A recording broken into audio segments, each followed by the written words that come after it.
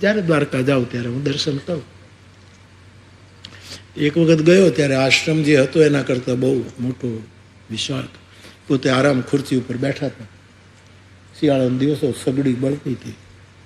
મેં કહ્યા બાપુ, એટલે સ્વાભાવિક છે, એમ લૌકિક વાર્તા ન કરવી જોઈએ, પણ સ્વાભાવિક એમને અમરદાસ બાપુ મારી સાથે હતા. એટલે એમાં કીધું બાપુ આ તો આશ્રમ બહુ વિશાળ કરી નાખ્યો. એટલે બાપુ બેઠો બેઠો હું કે વાળવાનું વધાર્યું, બીજું કાંઈ નથી બીજું, વાળવાનું વધાર્યું. આટલો મોટો આશ્રમ વાળવો પડે અને વાળવામાં દોષ લાગે જ. મનુસ્મૃતિ કહે છે 5 વસ્તુમાં પાપ છુપાયેલા છે. એક ચૂલામાં, કોઈ પણ ગૃહસ્થ જે આપણે છીએ ને એને 5 પાપ લાગે. એક તો ચૂલો હળગાવો એટલે પાપ લાગે. એમાં કેટલા સૂક્ષ્મ જંતુ મરશે આપણને ખબર નથી. વનસ્પતિ બળે છે, લીલું બળી જાય, એમાં ચેતના છે. બોઝ સાહેબ કહી ગયા છે વનસ્પતિમાં જીવ છે, વેદો એ તો પહેલેથી કહ્યું છે. એમાં પાપ છે. ચૂલો હળગાવવામાં એક પાપ છે, સૂક્ષ્મ પાપ. બીજું, ખાંડણીયામાં ખાંડવામાં પાપ છે. 5 પેલા બતાવ્યું. વાળવામાં પાપ છે, વાળવામાં કંઈક ને બદલે કંઈક જીવજંતુ મરી જાય, સ્વાભાવિક છે. વાળવામાં પણ પાપ છે. ચૂલો હળગાવવામાં પાપ છે. પાણીનું બેડું ભરવાઈએ અને પાણીને ઠાલવીએ અથવા તો પાણીને હાંડાને ગાગરને આપણે સાફસૂફ કરીએ તો પાણીનું જે પાત્ર છે એમાંય ક્યાંક આપણાથી કોકને કંઈક કચરો ઉડી જાય, કોકને કાંઈક થઈ જાય, સૂક્ષ્મ અપરાધ થાય છે. સૂક્ષ્મ અપરાધ ખાંડવાથી પણ પાપ થાય, વાળવાથી પણ. અને એ 5 પાપમાંથી આપણા જેવા સંસારી જીવોને બચવા માટે ભગવાન મનુ એમ કહે છે કે તમારે રોજ 5 યજ્ઞ કરવા. એક તો વેદનું અધ્યયન સ્વાધ્યાય કરીને બ્રહ્મ યજ્ઞ કરવો, પણ વેદનો આપણને ન કરી શકીએ તો રામાયણ અને ગીતાનો થોડોક રોજ પાઠ કરવો, તો આ ચૂલો હળગાવવામાં જે પાપ આવે છે ને એમાંથી મુક્તિ મળી જાય. હનુમાન ચાલીસાનો પાઠ કરવો, ભૂસુંડી રામાયણનો પાઠ, અથવા તો મહાપુરુષનો કોઈ પદનો પાઠ કરવો, એને બ્રહ્મયજ્ઞ કહેવો. સ્મૃતિકાર મનો, એમાંથી મુક્તિ મળે છે. ખાંડીએ અન્ન કે ધાન ખાંડીએ એમાંય ભૂલ થાય તો એનું શું કરવું, એને કોના માટે?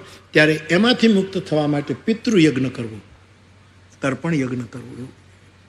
આપણે સૂર્યને જે જળ ચડાવતા હોય, હું તો કરું છું એ કહું, સૂર્યને સવારમાં આપણે જળ ચડાવીએ એ પિતૃતર્પણ છે. પિતૃતર્પણ યજ્ઞ છે.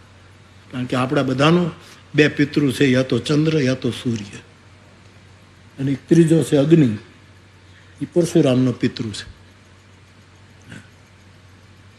આપણે તો કાં તો સૂર્યવંશ કાં તો ચંદ્રવંશમાં આપણે બધા આવ્યા. અને સૂર્યને જળ ચડાવવું અથવા તો વડલે કે પીપળે પાણી ચડાવવું, આ તર્પણ યજ્ઞ છે. પિતૃયજ્ઞ આને કહેવાય. એ કરવા. વાળવા કરવાથી જે કંઈ પાપ લાગે છે એને દેવ યજ્ઞ કરવાનો, ગાયત્રી યજ્ઞ કરો, દુર્ગા સપ્તશતીનો યજ્ઞ કરો. ચાલો ને સાહેબ, એ અઘરું છે. હનુમાન ચાલીસાની 1 ચોપાઈ બોલીને યજ્ઞ કરો, માણસની, એ બધા દેવ યજ્ઞ છે. આમાંથી એની મુક્તિ મળે. અને ચોથો, ઘંટી પીસવાથી, દળવાથી પણ પાપ આવે. કોઈ પણ વસ્તુ પીસીએ છીએ એમાં કંઈક બીજું દળાય. એમાંથી મુક્ત થવા માટે વિશ્વ બલિ યજ્ઞ, ભૂત યજ્ઞ, સમગ્ર જગત માટે કે જેટલા ભૂત આ જગતમાં પંચભૂત છે, પ્રાણી માત્ર માટે હું આ યજ્ઞ કરું, જેથી કરીને મારે લીધે આ ઘંટી ફેરવવામાં જે પાપ થયું હોય એમાંથી મને મુક્ત થાય. અને છેલ્લો યજ્ઞ એ પાણીને કારણે જો આપણાથી પાપ થયું હોય એનો યજ્ઞ છે, જેને કહેવાય અતિથિ યજ્ઞ. આંગણે આવેલાને રોટલો આપવો, એનાથી આ પાપમાંથી. આવા 5 યજ્ઞો સ્મૃતિકારે આપણને બતાવ્યા છે. તો જે ક્રિયાઓમાં કુશળ છે અને જેને કોઈ આપણી સાથેના સંબંધમાં જેને કોઈ સ્પૃહા નથી, જેને પાસે લેના બેંક છે જ નહીં, દેના બેંક જ છે. લેના બેંક છે જ નહીં, બધી દેના બેંક. આપો આપો આપો.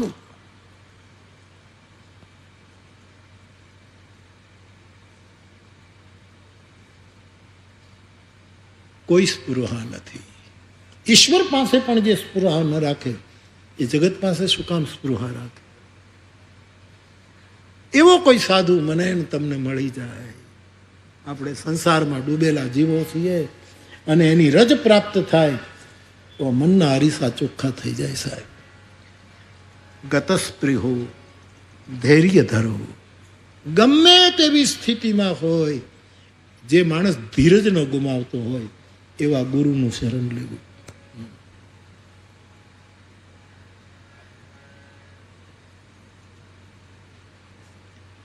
મને તમે એવા બુદ્ધ પુરુષને જોતા રહીએ કે આ માણસને ગમે તેટલી મુશ્કેલીઓ પડે પણ ધીરજ ન ગુમાવે. અને મારે હમઢિયાળાને પૂછવા જવું પડે.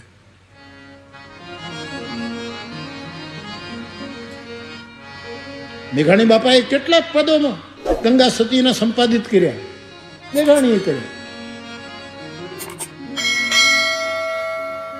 મેરુ રે ડગે પણ જેના મનડાન ડગે મરને એ જી ભાંગી રે પડે.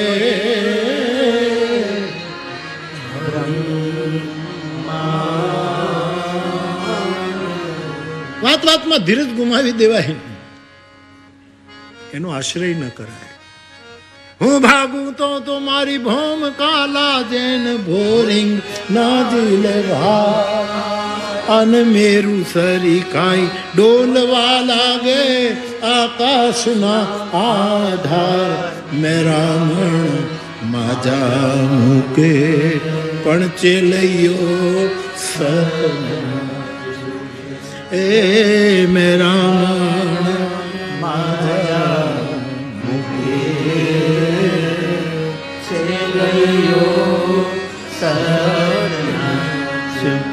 ધૈર્ય ધરો. કોઈ દિવસ ધીરજ ન કરો. એવો કોઈ સાધુ મને ને તમને પ્રાપ્ત થાય. દયાળુ હોય, કૃપાળુ. આપણને એમ લાગે કે આની પાસે કૃપા સિવાય બીજું કંઈ નથી. જ્યારે મળીએ ત્યારે એ પોતાની કૃપા આપણે ખાતે એફડી કરતો જાય.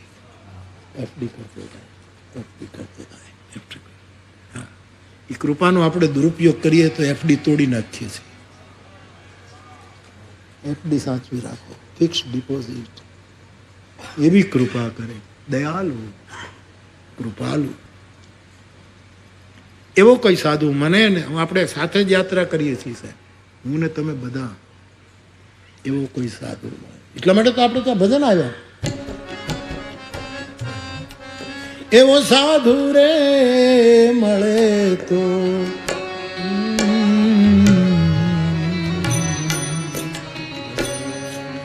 સાધુ મારા ચિતડાનો મુરાઈ પાદાર્થ, જેણે મારું ચિત્ત ખેંચી લીધું સાહેબ. એવો કોઈ સાધુ મળે જે મારા ચિત્તનો ચોર હોય, મારા ચિત્તડાને લઈ લે. મારું ભટકતું હરાયા ઢોર જેવું ચિત્તનું એ પકડી પોતાના હાથમાં પકડી.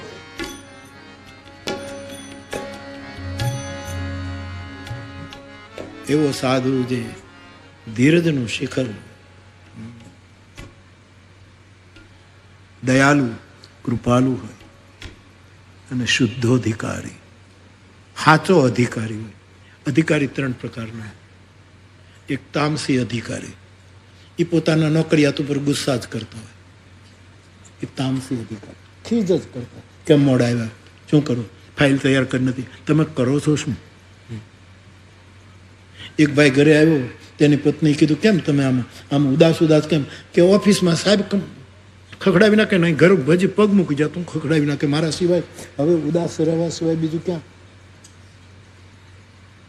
તામસ અધિકારી હોય છે સમાજમાં ઘણા, ખીજમાં જ હોય છે. નહીં, ઘણા રજોગુણી હોય. હા, સમજી જાજો. રજોગુણી અધિકારી. તમે આટલું કોઈને ખબર ન પડે એમ આપી દો, તમારું કામ થાય. આ બધા રજોગુણી અધિકારી. કલીનો પ્રભાવ એવો છે સાહેબ કે તુલસીદાસજીને 450-500 વર્ષ પહેલા લખવું પડ્યું કે સબ ભ્રષ્ટાચાર ભ્રષ્ટાચાર ભ્રષ્ટાચાર ભ્રષ્ટાચાર.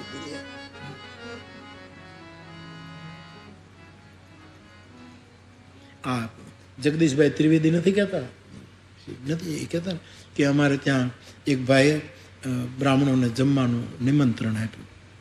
એટલે પછી જગદીશભાઈ કે હું એ બ્રાહ્મણ એટલે મને નિમંત્રણ આપ્યું. એને 11 બ્રાહ્મણોને જમાડવા હતા, એટલે એમાં 11મો હું હતો. જગદીશભાઈ તમે તો બપોરે જમવાનું હતું એટલે સવારે નાસ્તોય ન કર્યો. એની રીતે પ્રસ્તુત કરે જગદીશ. નાસ્તોય નહોતો કર્યો, રાતે થોડી ખીચડી ઓછી ખાધી, કારણ કે કાલે બરાબર જમવાનું છે તો બરાબર અન્ન બ્રહ્મને આપણે બરાબર ન્યાય આપીએ. બધા બ્રાહ્મણો ગયા, પણ હવે એમાં શું હતું કે ટેબલ ઉપર કાંઈ ભોજનનું નહીં મૂકેલું. નહીં તો બુફેમાં ટેબલ ઉપર બધું મૂક્યું ને બધા ડીશ લઈ લઈને બધા ખાય. એટલે જગદીશભાઈ કે મેં પૂછ્યું ઘરધણીને કે તમે બ્રાહ્મણને જમવાનું તો કાં તમે બધા આવ્યા તો કામ ટેબલ ઉપર મુકાય ને આ બધી ડીશો ભરીને ટેબલની નીચે કેમ મૂકી? કે જે અમારા બાપાના સ્મરણમાં અમે તમને જમાડી એ ટેબલની નીચેથી જ ખાતા હતા. અહીંથી નીચેથી જ લઈને આખું ખાતું તું લઈ. આ તો જગદીશભાઈ કીધું છે ભાઈ, આપણે કાંઈ નથી કહેતા, આપણે તો સાંભળ્યું તમારી પાસે મૂકી દીધું. સબ ભ્રષ્ટાચાર ભાષણસાર. રજોગુણી અધિકારી કરપ્ટ હોય છે, તમોગુણી અધિકારી સસ્પેન્ડ કરી નાખીશ. હા, દારા દે. કેમ સમય પર હાજર ન થયા? શું સમજો છો તમે? તમે એટલે કોણ? તો દારા કરી મારી નાખે. એ તમો ગુણી અધિકારી છે અને સત્વ ગુણી અધિકારી. ઓ બાપા, ચાલો આટલું કામ તમે કરી નાખો અને વહેલું થઈ જાય તો પછી આપણે 4 વાગે તમને છૂટા કરી દઈએ. આપણે બધા એક સાથે ઓફિસમાંથી બહાર નીકળી જઈએ અને કોલ્ડ કોફી પીએ. આ સત્વ ગુણી અધિકાર. કોઈ એવો સાધુ મળે કે જેનામાં 3 અધિકારવાળા ગુણ ન હોય, ને સત્વગુણ, ને રજોગુણ, ને તમોગુણ, જે શુદ્ધ અધિકારી છે, જેને બોધ આપવાનો અધિકાર છે, જેને મંત્ર આપવાનો અધિકાર છે, જેને દીક્ષા આપવાનો અધિકાર છે, જેને માર્ગ બતાવવાનો અધિકાર છે, જેને આપણી સાથે આપણો ઉદ્ધાર કરવા માટે એ કોઈ પણ પગલાં લેવાનો જેને અધિકાર છે, એવા શુદ્ધોધિકારી એવો કોઈ મને તમને ગુરુ મળે અને એની રજ પ્રાપ્ત થાય તો શ્રી ગુરુ ચરણ સરોજ રજ નિજ મન મુકુર સુધારી હરણો રઘુપર વિમલ જસો ગુરુરાય અને બાપુ શાસ્ત્ર, મારા આટલા વર્ષોના અનુભવ પછી કહું છું, આપ સંતોના ચરણમાં આશીર્વાદ આપજો કે શાસ્ત્રો વાંચવાથી નથી સમજાતા. ગુરુની કૃપા જેનો ઉઘાડ કરો. આપણે શાસ્ત્રો ઉઘાડીએ છીએ પણ હકીકતમાં શાસ્ત્ર ઉઘડે છે, આપણે નથી ખુલતા. ગુરુની કૃપા વગર શાસ્ત્ર સમજાતા નથી. મને આખું રામચરિતમાનસ છે જ નહીં કંઠસ્થ. મને જરૂર પૂરતી ચોપાઈ યાદ આવે અથવા તો છોકરા ઉપાડે તો પછી હું ઉપાડી લઉં, કે મને કાંઈ બધું કંઠસ્થ નથી. પણ ગુરુની ચરણ રજનું સેવન જે કરશે એને એના રહસ્યો સમજાવવાના છે. એક રહસ્યમય વાત કરીને આગળ વધુ. ગુરુ કૃપા શું કરે? કેવલ ભણવાથી, ભાષ્યો વાંચવાથી પત્તો નથી લખતો. ગુરુને સેવો, ગુરુને સેવો. આ જેટલા સાધુ સંતો અત્યારના સમયમાં સાધુતાને ટકાવવા માટે ખૂબ જીવનને કસી રહ્યા છે, બધાના અનુભવ હોય છે કે ગુરુ જો રાજી થઈ જાય તો બધું એની મેળાઈ થવા માંડે. એ બહુ સાચી વાત.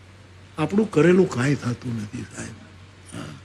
કોક છે યંત્રારૂઢાની માઈ ગયા, કોક બેઠો છે. તમે વિચાર કરો સાહેબ, આટલા મોટા યજ્ઞો, આનું કોણ ધ્યાન રાખતું છે? કેટલા સ્વયંસેવકો આમાં સ્વયંસેવકો છે, એ તો બિચારા કથા સાંભળવા બેસી જાય છે.